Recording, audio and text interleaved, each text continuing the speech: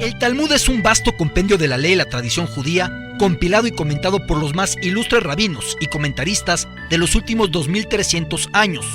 No hay otro documento que tenga tal combinación de enseñanza, jurisprudencia, ética y moralidad.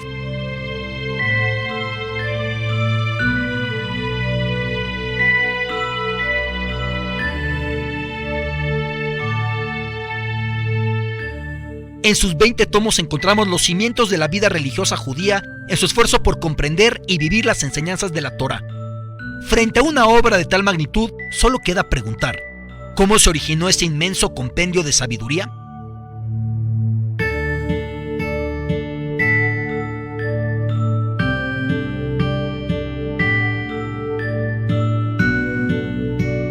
El Talmud se origina cuando el Eterno ordena a Moshe Rabenu ascender al Har Sinai para entregarle la Torá. La ley divina que recibe Moshe es tanto la Torá escrita como la Torá hablada, las cuales se complementan mutuamente.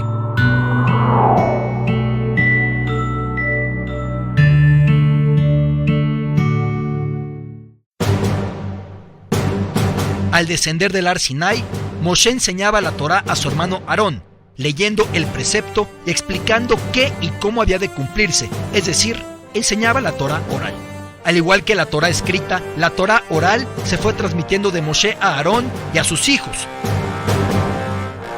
Luego a Yoshua bin Nun, quien la deposita en los sabios de Israel, quienes la transmitirán a los jueces, quienes a su vez, siguiendo la enseñanza de maestro-alumno, la entregarán al profeta Shmuel, y continuando la línea de profecía, será entregada a Ezra el escriba, quien convoca a la formación de la gran asamblea, quienes serán los custodios de la Torá oral.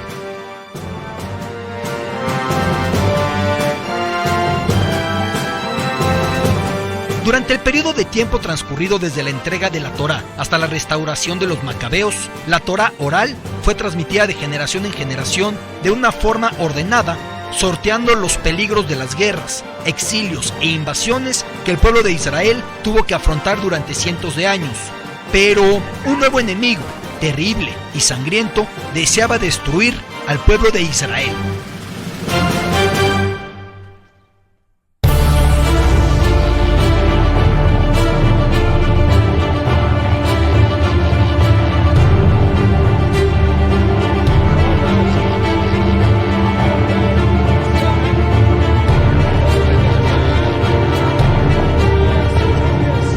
Pueblo, originario de la península itálica, fue el creador de uno de los imperios más grandes y mejor organizados de los que se tenga memoria y que se extendía por toda Europa, gran parte de Asia, la mitad de las islas británicas y toda la costa mediterránea, desde África hasta la actual Croacia y Eslovenia.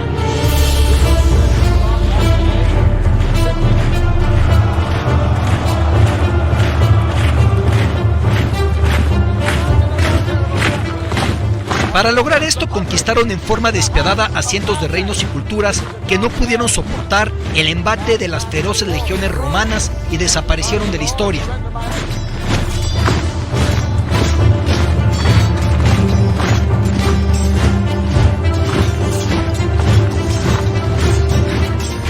Sin embargo, no pudieron hacer lo mismo con Israel, ya que pese a las terribles condiciones que imponía Roma, incluida la destrucción del Sagrado Templo, el pueblo de Israel se mantuvo firme, encontrando alivio y consuelo en las enseñanzas de la Torá.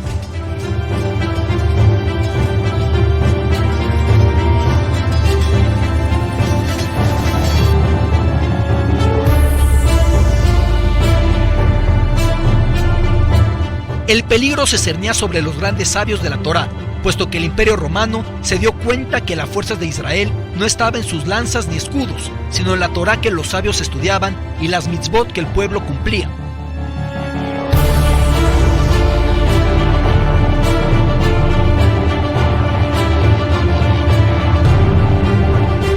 Roma intentó desaparecer esta fuente espiritual, por lo que se inició una época de acoso contra los estudiosos de la Torá, siendo la Torá oral la que mayor peligro corría, ya que al ser memorizada sin otro tipo de respaldo, se perdería con la muerte o una lesión permanente de los sabios de la Torá oral, conocidos como tanaítas.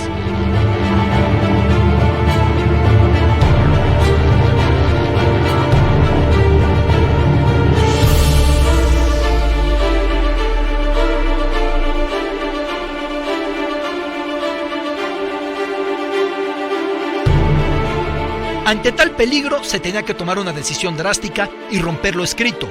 No transmitan oralmente la Torá escrita y no escriban la Torá oral. Este es un gran dilema: obedecer y perder la Torá oral, o tomar el riesgo y ponerla por escrito.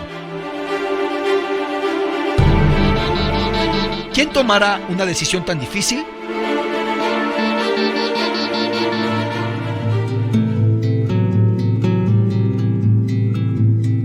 Rabbi Yehudá ha-Nasi nació en el año 141 de la Era Común, aproximadamente 80 años después de la destrucción del Sagrado Templo en Jerusalén, y desde su niñez mostró una aptitud excepcional para el estudio.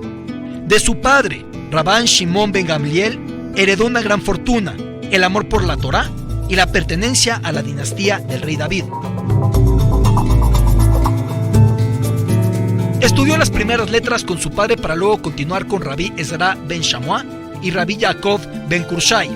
Frecuentó también los hogares de muchos otros sabios y así adquirió gran experiencia que le sirvió más adelante en la composición de la Mishnah.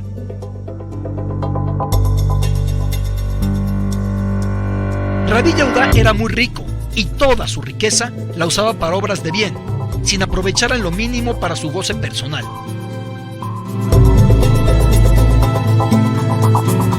Por su paciencia e interés por el pueblo de Israel, se ganó el aprecio y el cariño de todos. Al morir su padre, Rabban Shimon ben Gamliel, Rabbi Yehudá pasó a ser el Nasi, presidente del Sanedrín y dirigente de la nación. Fue un personaje humilde, no solo con los grandes sabios o con sus colegas, sino también con sus discípulos.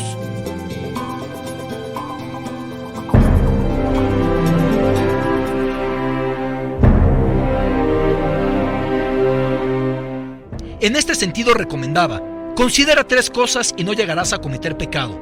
Piensa que hay un ojo divino que todo lo ve, un oído que todo lo escucha y un registro en el cual todos tus actos están escritos.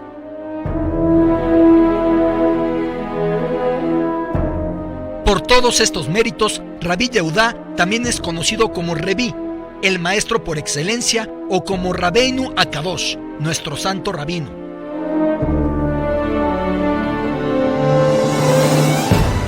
La fama de Rebí era tal que incluso los poderosos de las naciones lo buscaban para pedir consejo, especialmente el emperador romano Marco Aurelio, quien frecuentemente pedía la guía y consejo de Rebí, quien a su vez no perdía ocasión de abogar por el pueblo judío, que se encontraba esparcido en los 4 confines del Imperio Romano.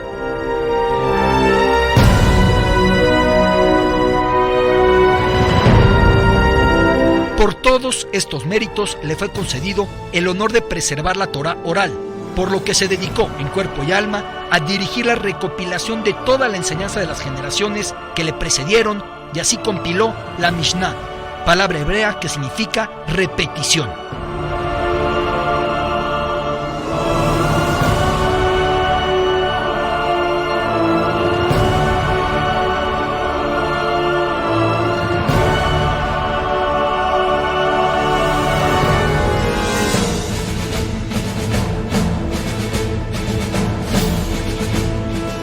Rebí inició la monumental tarea con 600 tratados y tras un meticuloso y exhaustivo trabajo lo sintetizó en 60 tratados.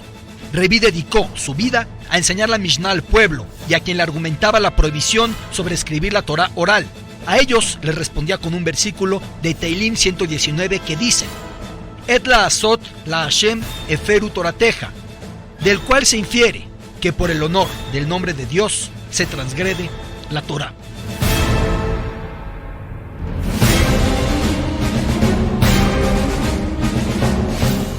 Por lo tanto, el argumento que prevaleció fue que más vale transgredir una prohibición con tal de que no se pierda la Torá entera.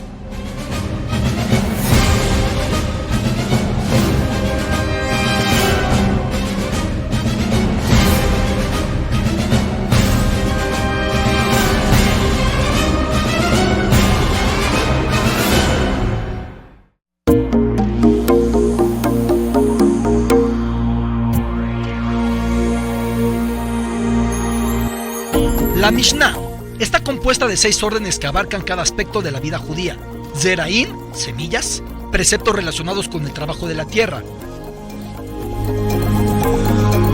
Moed, Festividades, leyes sobre festividades, Shabbat y ayunos. Nashim, mujeres, preceptos referentes a la vida matrimonial.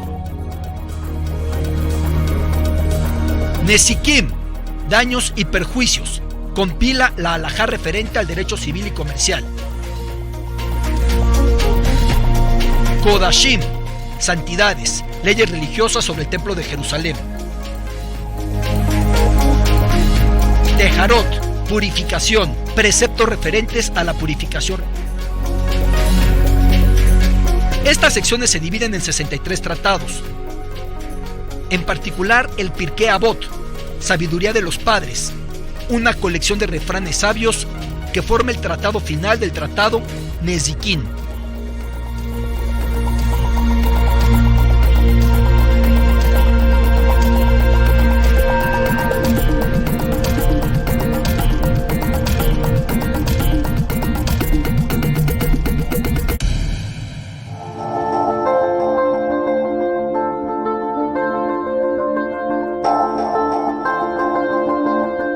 Una vez que Reví lograra su cometido, dedicó su vida a ayudar a sus hermanos judíos, sirviendo como príncipe del pueblo durante 30 años.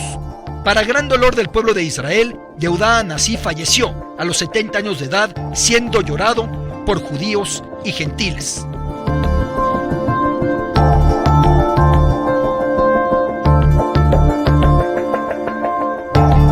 Una vez que la Mishnah fue conocida por todo Israel, inició el proceso de estudiarla a profundidad, lo que permitió que un gran número de sabios escribieran comentarios de explicaciones sobre puntos específicos.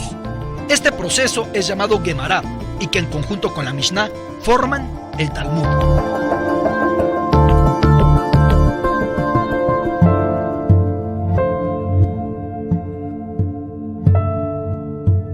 Si bien la redacción de la Gemara inició en la tierra de Israel, fue en Babilonia, en el actual Irak, donde alcanzó su culminación. Recordemos, desde los tiempos del exilio, había una vigorosa comunidad judía, repleta de comerciantes y grandes sabios de la Torá, y una vez que la Mishnah llegó a ellos, pusieron todo su empeño en estudiarla y comprenderla.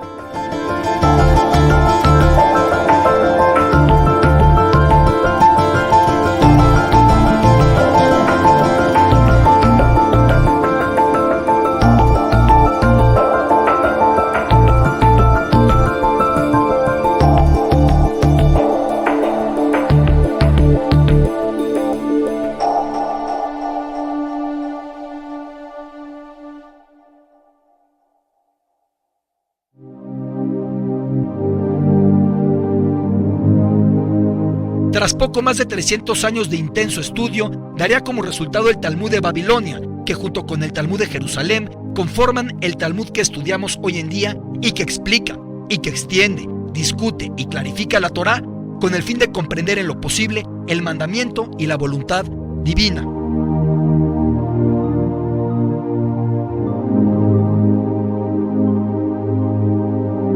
Tradicionalmente se han dividido los contenidos del Talmud en dos grandes categorías, halajá y agadá.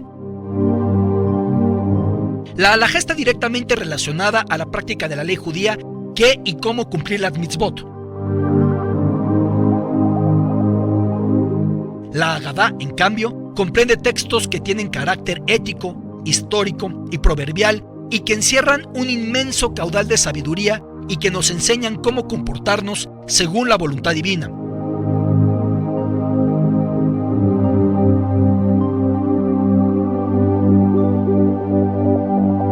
Una vez completado, el Talmud inició su andanza con el pueblo de Israel desde Sefarad hasta los rincones más alejados de Rusia, Marruecos y Turquía, compartiendo las alegrías y penurias que vivían los judíos. Al igual que en los tiempos de los romanos, el Talmud fue objeto de persecución por parte de los grupos de poder político y religioso de la época.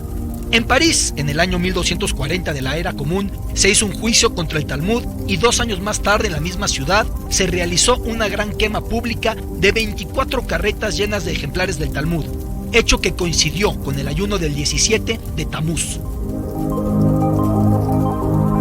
Este aberrante acto fue el inicio formal de la persecución contra el Talmud, Tristemente, las quemas del Talmud fueron moneda corriente desde entonces, ya que en los años 1263, 1299, 1309, 1322 y 1415 de la era común se realizaron quemas públicas. En 1552, el Papa Julio III ordenó la quema en Roma de cientos de ejemplares de la obra santa con el fin de forzar la conversión del pueblo judío a la fe católica.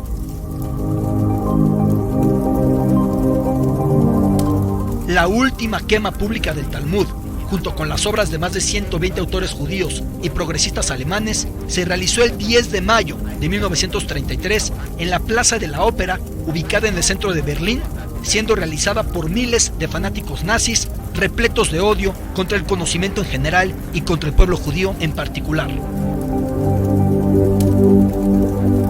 Como advirtiera Heinrich Heine, el gran poeta alemán de origen judío, eso fue solo el preludio. En el lugar donde se queman libros, terminan quemando personas. La frase, a manera de advertencia para las siguientes generaciones, está inscrita en una placa de bronce en el mismo sitio, llamado ahora Bebelplatz. Esta quema pública del Talmud fue interpretada por muchos como el inicio del Holocausto, de la Shoah.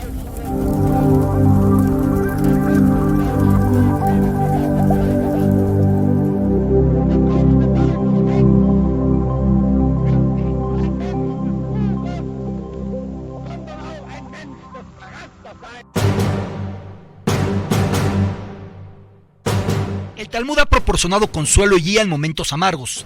En él está reflejada la esencia del espíritu profundamente reflexivo con el que los judíos han enfrentado los problemas que se les han presentado a raíz del exilio y que les ha permitido sobrevivir en sociedades tan dispares en las que han vivido, adaptándose a las circunstancias, preservando al mismo tiempo la ley y el espíritu del pueblo de Israel.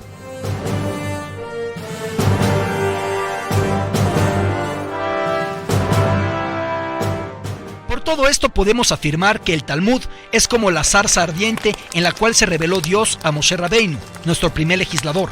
Así como el fuego no consume la zarza, así las llamas de la persecución y la ignorancia nunca lograron consumir el fuerte árbol que es el Talmud.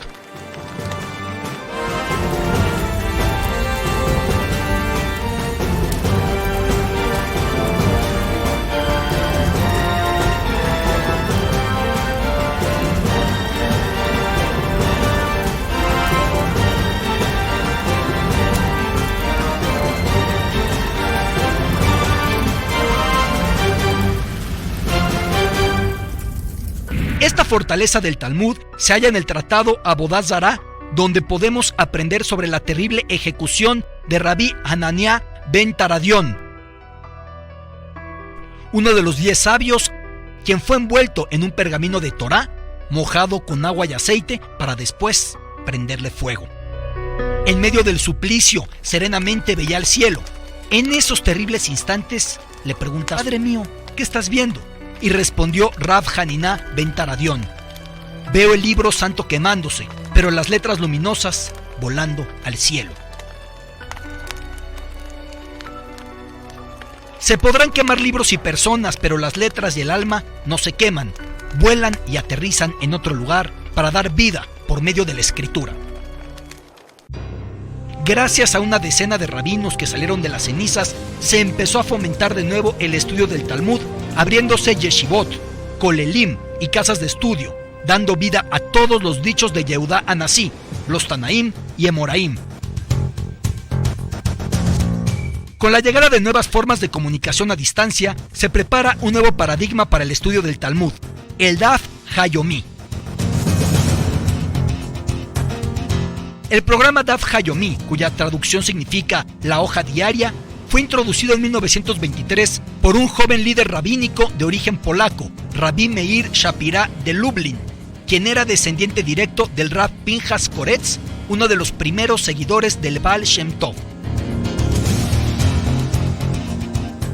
Rab Shapira ideó este programa como una manera de dar uniformidad al estudio del Talmud y como un medio para fortalecer la unidad del judaísmo. Fue en el primer Congreso Mundial de Agudat Israel, llevado a cabo en Viena, Austria, que se adoptó la genial idea de Rab Shapiro, siendo el primer día de Rosh Hashanah de 1923 cuando se inició formalmente el Daf Yomi. Por medio del programa, los judíos de prácticamente todas las ciudades del mundo estudian exactamente la misma página del Talmud cada día. Los estudiantes del Daf, que provienen de todas las corrientes del judaísmo y de una amplia gama de profesiones, estudian en grupos en sinagogas o en sus hogares, en el transporte público y en estos tiempos modernos donde sea, mediante redes sociales. El Daf Yomi también puede ser estudiado con la ayuda de una diversidad de modernas tecnologías que van desde cintas de audio y servicios de estudios telefónicos hasta páginas de internet, podcast y aplicaciones para teléfonos inteligentes y que en conjunto ofrecen un fácil acceso al Talmud y a sus comentarios. Las traducciones del Talmud también están disponibles en inglés, francés, español y en otros idiomas más. El Daf Yomi permite estudiar las 2.711 páginas del Talmud en 7 años y medio, y cuando se finaliza el ciclo de estudio se realiza una enorme y alegre celebración conocida como Siyum Hashas, que reúne a miles de entusiastas judíos unidos por su afán de aprender y aplicar de mejor manera las enseñanzas del Talmud.